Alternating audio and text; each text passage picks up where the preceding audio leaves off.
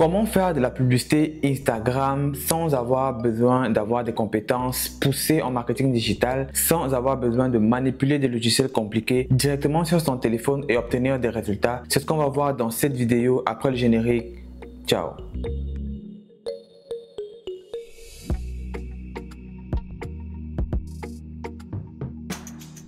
What's up? C'est ton boy Willy de Madrid, j'espère que tu vas bien parce que moi je vais super bien. Et si ça ne va pas, t'inquiète, ça va aller. Je n'étais pas particulièrement emballé à l'idée de faire cette vidéo parce qu'il s'agit d'un boost de publication. Mais tout récemment, je suis allé dans 2 restaurants ici à Montréal que j'ai découvert grâce à leur publicité Instagram. Et j'y suis même allé 2 fois parce que j'aime trop les baguettes avec le porc. Au pays, on appelle ça le pain porc et c'est trop bon. Ici, c'était pas trop bon, mais au pays, c'est la patate. Anyway, j'ai découvert ces restaurants et là, je me suis dit, si j'ai vu la publicité sur Instagram, je me suis rendu dans leur magasin, j'ai acheté leurs produits, d'autres personnes l'ont fait aussi. Cela veut dire que la publicité Instagram fonctionne. C'est la raison pour laquelle aujourd'hui j'ai décidé de vous montrer comment faire une bonne publicité Instagram. À qui s'adresse cette publicité? Si vous êtes un business qui vient de débuter, vous n'avez pas assez de visibilité, vous voulez faire connaître votre localisation si vous êtes un business physique, si vous voulez gagner des abonnés, promouvoir vos œuvres, de l'art, de la musique, la publicité Instagram est faite pour vous. Si votre but est d'obtenir plus de likes sur vos photos de vacances au Mexique que même vos propres amis n'ont pas liké, c'est votre choix, mais pour moi, c'est une perte de temps et d'argent. Les prérequis pour être en mesure de faire une publicité Instagram, c'est bien évidemment d'avoir un compte Instagram professionnel ou créateur afin d'avoir la mention promouvoir ou booster sur chacune de vos publications organiques. Si vous voulez savoir comment créer un compte Instagram et le faire passer d'un compte personnel à un compte professionnel ou créateur, vous pouvez regarder cette vidéo. Ensuite, bien évidemment, il va vous falloir une connexion Internet et enfin, un moyen de paiement. Le format pour faire de la publicité Instagram, ce sera des photos ou des réels, en gros tout le contenu que vous aurez sur votre feed Instagram. Mais des fois il peut y arriver que si sur un de vos posts vous avez du contenu qui est protégé par des droits comme par exemple de la musique, cela va rendre le contenu inéligible pour la publicité Instagram. Sans plus tarder, on va aller sur mon écran, je vous montre comment faire cela.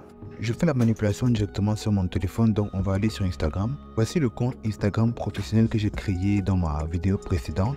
Pour savoir que votre compte Instagram lui aussi est professionnel, vous allez aller sur toutes les publications de votre compte. Vous allez vous rendre compte que sur chaque publication, vous aurez la mention booster la publication.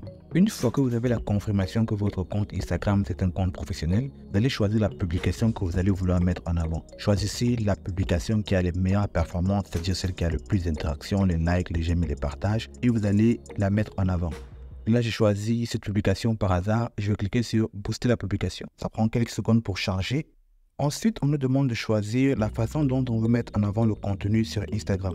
On va donc vous donner 2 méthodes de choix. Une première méthode avec un compte publicitaire Facebook et une seconde méthode sans compte publicitaire Facebook. Dans notre cas ici, vu qu'on ne veut pas se casser la tête, si vous ne savez pas faire la publicité Facebook Ads, si vous ne voulez pas utiliser des logiciels compliqués et des paramétrages, vous allez donc choisir la deuxième méthode sans compte publicitaire Facebook et on va cliquer sur Continue. La prochaine étape, ce sera de choisir votre lieu d'affaires.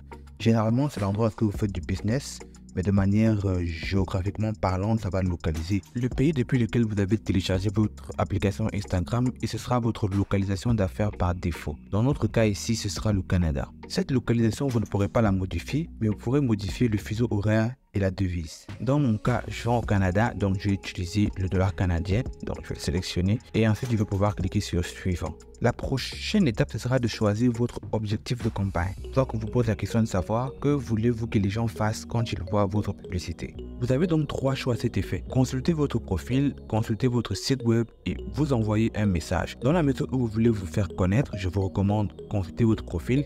Mais si vous avez une boutique en ligne et vous voulez rediriger directement dans la boutique, vous pouvez cliquer sur consulter votre site web. Et nous, on va aller avec consulter votre profil. Ensuite, vous pouvez cliquer sur suivant.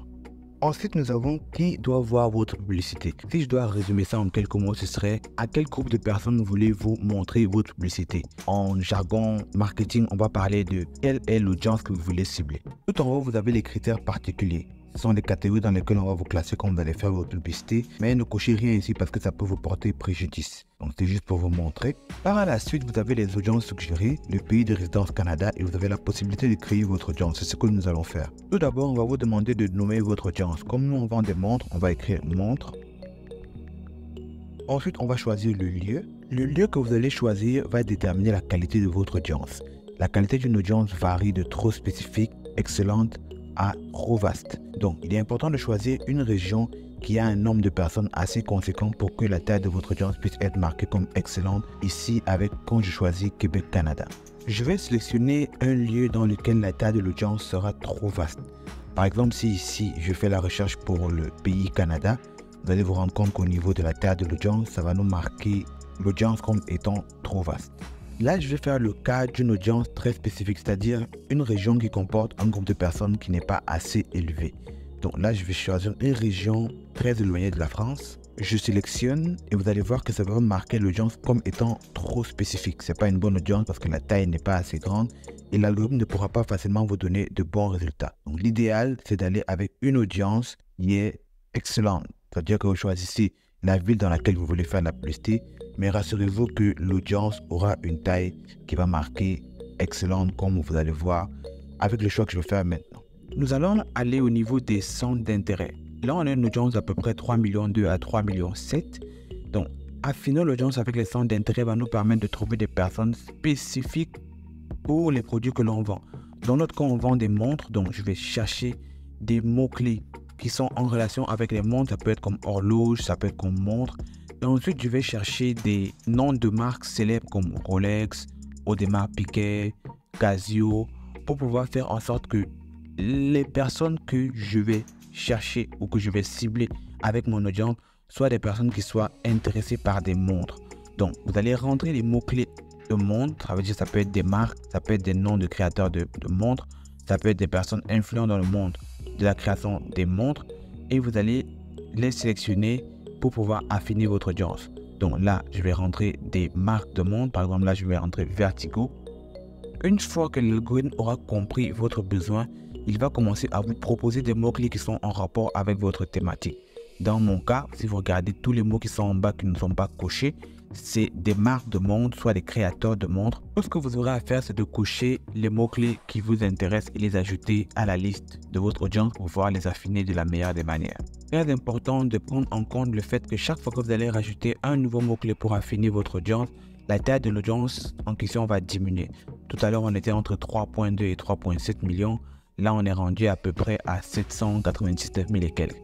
Donc, n'en rajoutez pas beaucoup, en rajoutez juste des pertinentes, mais rassurez-vous que la taille de votre audience reste à excellente. Après avoir spécifié votre audience, vous allez modifier l'âge et le genre. C'est pas très important ici parce que généralement, ce qui se passe, c'est que si vous vendez des produits spécifiques, là, vous pouvez uniquement le mettre pour les femmes. Mais dans mon cas, je vends des montres. Tout ce que je veux m'assurer, c'est que je les montre à une tranche d'âge assez mature qui connaît la valeur des montres. Donc, je vais le laisser entre 25 et 65 ans. Mais toujours prendre en compte que si vous modifiez le genre ou l'âge, ça va toujours diminuer la taille de votre audience. Puis, vous pouvez cliquer sur Terminer. Votre audience est ainsi donc bien configurée. On va pouvoir passer à l'étape suivante en cliquant sur Suivant. L'étape suivante est la configuration du budget et de la durée. Vu que c'est une façon de faire la publicité qui pour moi n'est pas assez optimale, je vous conseillerais de ne pas aller avec un budget trop élevé. Ici, le budget il va de 7 $ à 1383 $. Mais je ne sais pas, est-ce que ça dépend des comptes ou alors est-ce que ça dépend des personnes? Je ne sais pas sur quoi est-ce que cette limite est basée parce que je ne l'ai pas testé sur d'autres comptes. Mais c'est pas sur ça qu'on va s'arrêter. Vous, de votre côté, vous pouvez définir le budget que vous voulez mettre par jour. Ça peut être 5 $, ça peut être 7 $. Mais moi, honnêtement, là, je ne dépasserai pas 5 $. Bon, on va dire quoi? Je ne dépasserai pas 10 $ par jour. Je le laisserai comme ça et puis je le laisserai tourner. Et je vais commencer à analyser mes résultats au jour le jour pour voir si ça vaut vraiment la peine de le faire. Alors, quelque chose que je ferai là chaque jour. Au niveau de la durée, nous avons deux options. Une première option qui vous permet de diffuser vos publicités sans toutefois définir une date de fin. Ça veut dire que vous allez couper vos publicités manuellement. Et une deuxième option qui vous permet de définir une durée déterminée avec un nombre de jours qui va faire en sorte qu'après le nombre de jours en question, les publicités vont s'arrêter de manière automatique. Ici, il n'y a pas de meilleure méthode, mais moi, je partirai avec la méthode qui me permettrait de couper mes publicités quand j'aurai décidé de les couper. Ensuite, on clique sur Suivant. On aura le récapitulatif de la publicité, mais il va manquer une dernière chose, ce sera d'ajouter le moyen de paiement. Vous aurez le choix entre une carte de crédit et un compte PayPal, mais une carte de crédit sera l'idéal dans ce cas-ci. Donc, vous sélectionnez votre choix et vous allez cliquer sur Suivant en bas. Donc, vous allez remplir les informations de votre carte bancaire et une fois que vous avez terminé de remplir les informations de votre carte bancaire, vous allez cliquer sur Enregistrer. Bon, ici, moi, je ne veux pas mettre mes informations ici, mais il s'agit de mettre votre nom, le numéro de la carte, la date d'expiration et le numéro CVV. Une fois la carte enregistrée, vous allez pouvoir cliquer sur booster la publication. Dans la mesure où c'est votre première fois de faire la publicité, vous allez d'abord devoir accepter les politiques de Instagram. Donc, vous allez regarder les politiques, lire si vous voulez et cliquer sur j'accepte. Vu que moi, j'ai pas rentré le moyen de paiement, je peux pas faire la publicité devant vous, mais en gros, c'est ça que vous allez devoir faire pour pouvoir lancer votre publicité. Une fois votre publicité est diffusée, vous avez un ensemble d'endroits où vous pouvez regarder vos résultats. Le premier, c'est le tableau de bord. Au niveau du tableau de bord, vous avez un ensemble d'onglets et d'outils qui vous permettent de regarder les résultats que vous obtenez. Vous avez aussi la possibilité d'aller publication par publication et de cliquer sur voir les statistiques. Vous allez cliquer dessus, ça va vous permettre de voir l'ensemble des interactions, le nombre de comptes atteints, les personnes qui sont abonnées, les personnes qui ne sont pas abonnées. Ça va vous donner les performances réelles de votre publication au jour le jour, qu'elle soit sponsorisée ou non. Le dernier endroit, c'est dans les paramètres du compte. Vous allez regarder au niveau des statistiques.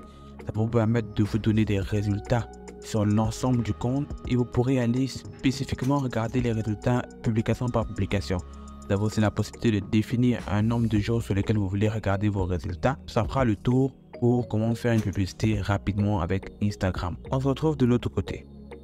Maintenant que vous savez comment faire la publicité Instagram, on va parler des inconvénients. Je vous ai dit que je suis allé dans des restaurants ici à Montréal parce que j'ai vu la publicité sur Instagram. Mais le hic, c'est que ces personnes ne savent pas que je suis allé dans les restaurants parce que j'ai vu leur publicité sur Instagram. S'ils ont lancé plusieurs publicités, ils ne pourront pas déterminer quelle publicité j'ai vue afin de concentrer leurs efforts sur cette publicité-là puisque c'est elle qui convertit le mieux, c'est elle qui ramène le plus de visiteurs dans leur boutique. Donc en gros ici, il sera question d'un problème d'optimisation des résultats que vous avez obtenus pour savoir comment mieux diriger les investissements que vous faites en publicité. Avec les comptes Instagram professionnels, ce que vous pouvez facilement mesurer, c'est le nombre de nouveaux abonnés que va vous ramener une publicité et le reach ou encore la couverture, c'est-à-dire le nombre de comptes nouveaux et anciens que vous avez atteints avec cette publicité. En me baladant sur des forums, je me suis rendu compte que beaucoup de personnes se plaignaient d'une même chose. C'est le fait que d'après eux, une fois après avoir arrêté la publicité payante, leur reach organique, c'est-à-dire la portée de leur publication non payante,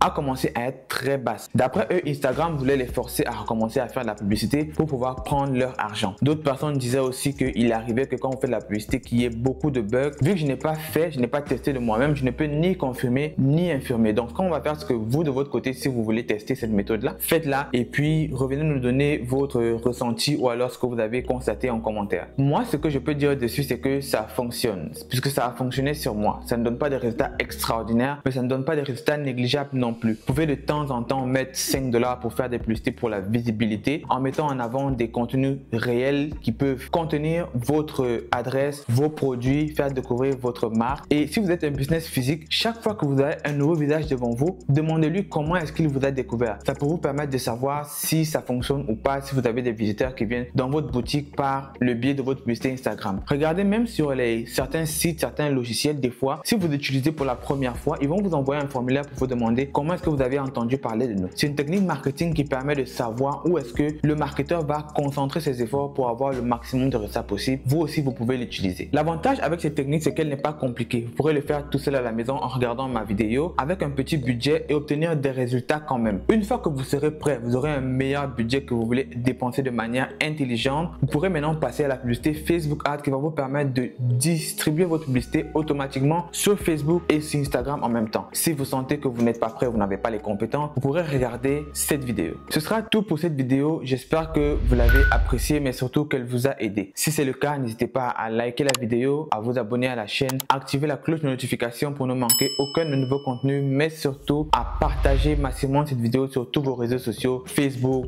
WhatsApp, Twitter, Instagram, mais surtout à une personne que vous pensez que cette vidéo pourrait aider. Sur ce, on se dit à la prochaine vidéo. Gardez la pêche, stay fit. Ciao. Mesdames et messieurs, je vous dis à bientôt.